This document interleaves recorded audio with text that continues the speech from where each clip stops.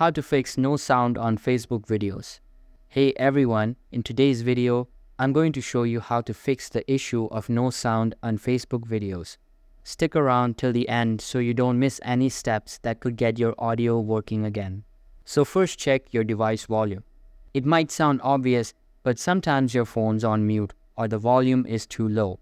Use the volume buttons or swipe down into your control center and make sure the volume is turned up. Next, try restarting the Facebook app.